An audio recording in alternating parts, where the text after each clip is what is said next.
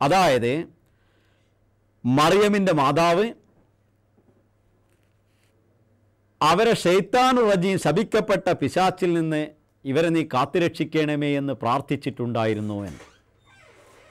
മറിയമിൻ്റെ മാതാവ് പ്രാർത്ഥിച്ചത് ഖുർആനിൽ വരുന്നത് എവിടെയാണ്? മറിയം ജനിച്ചതിന് ശേഷമാണ്. മറിയം ജനിച്ചതിന് ശേഷം മറിയമിൻ്റെ മാതാവ് പ്രാർത്ഥിച്ചതായിട്ടാണ് ഖുർആനിൽ വരുന്നത്. എന്നാൽ ഹദീസിൽ എന്താണുള്ളത്? മറിയം ജനിച്ചത് തന്നെയും ശൈത്താൻ്റെ സ്പർശം ഏൽക്കാതെ എന്നാണ്. അപ്പോൾ മറിയം ജനിക്കുന്നതിന് മുമ്പേ ശൈത്താൻ്റെ സ്പർശം ഏൽക്കാതെ പ്രാർത്ഥിച്ചു എന്നുള്ളതില്ല. മറിയം ജനിച്ചതിന് ശേഷം ശൈത്താൻ്റെ സ്പർശം ഏൽക്കാതിരിക്കണമെന്ന് മറിയമിൻ്റെ മാതാവ് പ്രാർത്ഥിച്ചതായി ഖുർആനിലുണ്ട്. എന്നാൽ ഹദീസിലുള്ളത് മറിയമിൻ്റെ മകനും ശൈത്താൻ്റെ സ്പർശം ഏൽക്കാതെയാണ് ജനിച്ചിട്ടുള്ളത് എന്നാണ്. അത് അബൂ ഹുറൈറയുടെ ഗവേഷണത്തിൽ ആ ഗവേഷണം ഖുർആൻ്റെ ആയത്തിൽ വന്നതിന് തികച്ചും വ്യത്യസ്തമായ ഒരു ഗവേഷണമായതുകൊണ്ട് അതെടുക്കുവാൻ നിവൃത്തിയില്ല. ഹദീസിൽ മറ്റൊരിടത്ത് വരുന്നു, ഖുർആൻ മുഹജ്ജിലീൻ, ഒളുവിൻ്റെ അടയാളമുള്ള ആളുകളെ നാളെ മഹ്ശറിൽ അല്ലാഹു വിളിക്കും എന്ന്. അതിന് ഖുർആനിലുള്ളത് എന്താണ്? മുട്ടുവരെ കഴുകാനാണ്. കൈ മുട്ടുവരെ കഴുകണമെന്നാണ് ഒളുവിൻ്റെ കൽപ്പന ഖുർആനിലുള്ളത്. അബൂ ഹുറൈറ കാലിൻ്റെ മുട്ടുവരെയും കൈ തോളുവരെയും കഴുകിയിരുന്നുവെന്ന് ഹദീസിൽ കാണുന്നു. അത് അബൂ ഹുറൈറയുടെ ഗവേഷണമാണ്. ഞാൻ പറഞ്ഞു വന്നത്, അബൂ ഹുറൈറയുടെ ഗവേഷണത്തെ എടുക്കണമെന്ന് ഒരു മുഫസ്സിരീങ്ങളും മുഹദ്ദിസീങ്ങളും പറയുന്നില്ല.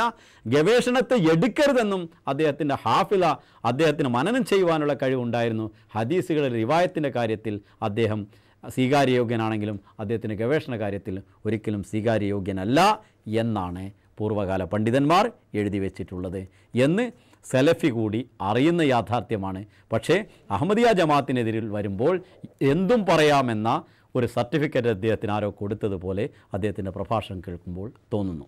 ചുരുക്കി പറഞ്ഞാൽ, മരിച്ചുപോയ ഈസാ നബി തിരിച്ചു വരും, അദ്ദേഹത്തിൽ വിശ്വസിക്കണമെന്ന് അബൂ ഹുറൈറ പറഞ്ഞു എന്നതിനാൽ ഞങ്ങൾ വിശ്വസിക്കണമെന്നാണ് സലഫി ഞങ്ങളെ ഉപദേശിക്കുന്നത്.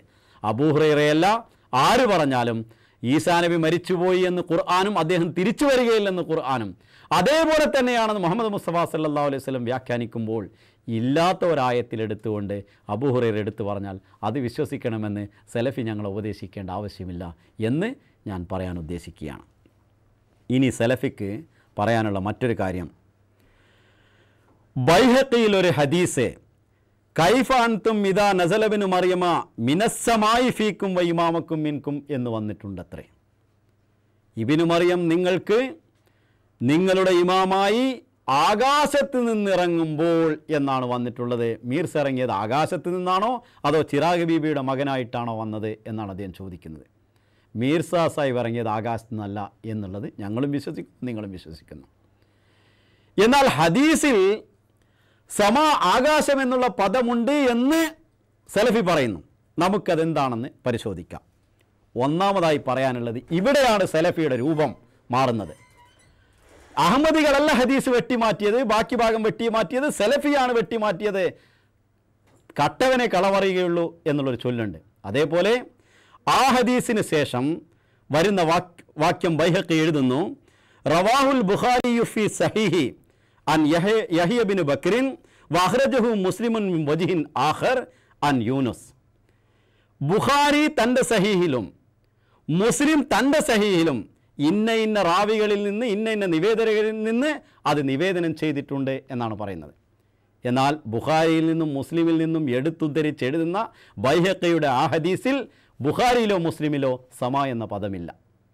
അപ്പോൾ സമ എന്ന പദം, മിനസ്സമായി എന്ന പദം ബുഖാരിയിലും മുസ്ലിമിലുമില്ല. ബുഖാരിയിലും മുസ്ലിമിലും ആ ഹദീസുണ്ട്, അതാണ് താൻ എടുത്തുദ്ധരിക്കുന്നതെന്ന് ബൈഹഖി പറയുമ്പോൾ നിശ്ചയമായിട്ടും ഇല്ലാത്തതൊന്ന് ഉദ്ധരിച്ചാൽ അത് നാം എടുക്കേണ്ടതില്ല. അപ്പോൾ സമ എന്ന പദം ഹദീസിലുള്ളതല്ല, ബൈഹഖി എഴുതിയതിലുള്ളതാണ് എന്ന് വരുന്നു. എന്നാൽ ബൈഹഖിയും എഴുതിയിട്ടില്ല. മറ്റൊരു കാര്യം, അതിലുള്ള ഒരു റാവി, ഒരു നിവേദകൻ, സലഫി ഓരോ നിവേദകരെയും എടുത്ത് ആ ഹദീസ് ലൈഫാണ്, ഈ ഹദീസ് ബലഹീനമാണ്, ഈ ഹദീസ് ദുർബലമാണ് എന്ന് അഹമ്മദികളുടെ മേൽ കുതിര കയറുന്നത് നാം കാണുന്നു. എന്നാൽ എവിടെയെങ്കിലും ഒരു കള്ള ഹദീസ് കിട്ടിയാൽ അത് അഹമ്മദികൾക്കെതിരായി അറ്റാക്ക് ചെയ്യുന്നതിന് വേണ്ടിയും ആക്രമിക്കുന്നതിന് വേണ്ടിയും അദ്ദേഹം വെമ്പൽ കൊള്ളുന്നത് കാണുമ്പോൾ പുഞ്ചിരി തൂകി അദ്ദേഹത്തെ നോക്കാമെന്നല്ലാതെ വേറെ യാതൊന്നും പറയാനില്ല. ഇതിലുള്ള ഒരു റാവി അബൂബക്കർ ബിൻ ഇസ്ഹാഖ് ഇബിൻ മുഹമ്മദ് അൻ നാഖിദാണ് ഒരു റാവി. അദ്ദേഹത്തെക്കുറിച്ച് എഴുതിയിട്ടുള്ളത് ലിസാനുൽ മീസാനിൽ ഇബ്നു ഹജറിൻ്റെ ലിസാനുൽ മീസാനിൽ എഴുതിയിരിക്കുന്നു, കാന ഫീഹി ബാലു തസാഹുലി, അദ്ദേഹം ചില കാര്യങ്ങൾ മറക്കാറുണ്ടായിരുന്നു എന്ന്. അപ്പം മിനസ്സമ എന്ന അദ്ദേഹത്തിൻ്റെ ആ റാവിയുടെ മറവി കാരണം കയറിയതാണ് എന്നേ നമുക്ക് പറയുവാൻ നിവൃത്തിയുള്ളൂ. ബൈഹഖി അങ്ങനെ ഒരു റിവായത്ത് എടുത്തിട്ടുണ്ടെങ്കിൽ തന്നെ. മറ്റൊരു റാവി അതിലുള്ളത് യഹ്യ ബിൻ അബ്ദുള്ള എന്ന ആളാണ്. അദ്ദേഹത്തെക്കുറിച്ച് ഖാല അബൂ ഹാത്തിം പറയുകയാണ്, ലാ യുഹ്തജ്ജു ബിഹി, അതൊരിക്കലും ഹുജ്ജത്തിന് തെളിവിന് യോഗ്യനല്ല അദ്ദേഹമെന്ന്. ഖാല നസായി ലൈഫുൻ, നസായി പറയുന്നു അദ്ദേഹം ബലഹീനനാണ്, ലൈഫാണ് എന്ന്. ലൈസ ബിസിഖത്തിൻ, അദ്ദേഹം ഒരിക്കലും സ്വീകാര്യയോഗ്യനല്ല എന്ന്. ഖാല യഹ്യ ലൈസ ബിഷൈൻ, അദ്ദേഹം പറയുന്നു ഒന്നും തന്നെ എടുക്കാൻ നിവൃത്തിയില്ലാത്ത ഘട്ടത്തിലാണ് എന്നും എഴുതുന്നു. തഹസീബ് മീസാനുൽ ഇഅ്തിദാൽ എന്ന ഹദീസ് നിരൂപണ നിദാന ശാസ്ത്രങ്ങളിൽ പുസ്തകങ്ങളിൽ നിങ്ങൾക്കിത് വായിക്കാവുന്നതാണ്. മറ്റൊരു റാവി യൂനുസ് ബിൻ യസീദാണ്. അദ്ദേഹത്തെക്കുറിച്ച് പറഞ്ഞ് കാന സയ്യുൽ ഹിഫ്ലി, അദ്ദേഹം ഹിഫ്ലിൻ്റെ കാര്യത്തിൽ മനപ്പാഠം ചെയ്യുന്ന കാര്യത്തിൽ മോശക്കാരനായിരുന്നു എന്നാണ് തഹസീബിൽ ഇത് എഴുതിയിട്ടുണ്ട്. വകാന യുദല്ലിസു ഫിൻ നാദിരി, ഒരു ചില പ്രത്യേക ഹദീസുകളിൽ ഏതാനും ചില ഹദീസുകളിൽ അദ്ദേഹം മാറ്റങ്ങൾ വരുത്തിയതായും കാണപ്പെടുന്നു എന്നും എഴുതിയതായി ഹദീസ് നിരൂപണ നിദാന ശാസ്ത്രങ്ങളിൽ എഴുതിയതായി നാം വായിക്കുന്നു.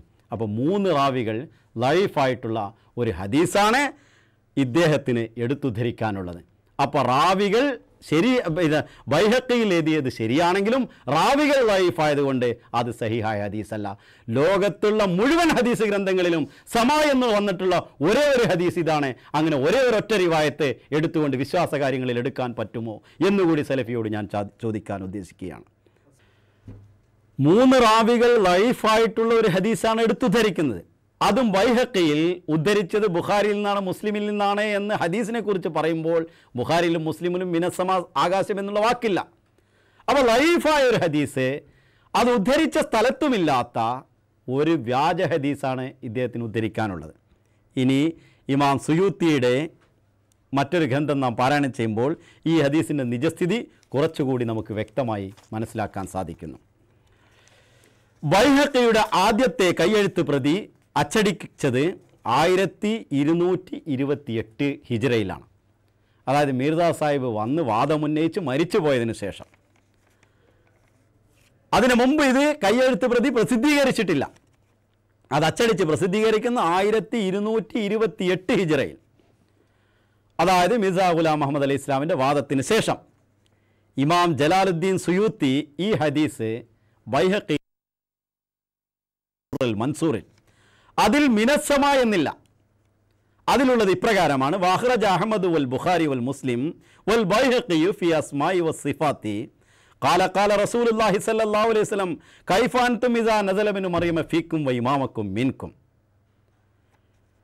അഹ്മദ് ബിൻ ഹംബലും ബുഖാരിയും മുസ്ലിമും ഉദ്ധരിച്ച ഒരു ഹദീസ് ബൈഹഖി ഫിൽ അസ്മാഇ വസ്സിഫാത്തി എന്ന അധ്യായത്തിൽ ഇത് ഉദ്ധരിച്ചിട്ടുണ്ട്. റസൂലുള്ളാഹി സ്വല്ലല്ലാഹു അലൈഹി വസല്ലം അരുൾ ചെയ്തു, കൈഫ അൻതും ഇദാ നസല ബിൻ മറിയം ഫീക്കും വ ഇമാമക്കും മിൻകും, നിങ്ങൾക്ക് നിങ്ങളുടെ ഇമാമായി ഇബ്നു മറിയം നിങ്ങളിൽ നിന്ന് അവതരിക്കുമ്പോൾ നിങ്ങളുടെ സ്ഥിതി എന്തായിരിക്കുമെന്ന്. അതിലും സമ എന്ന പദമില്ല.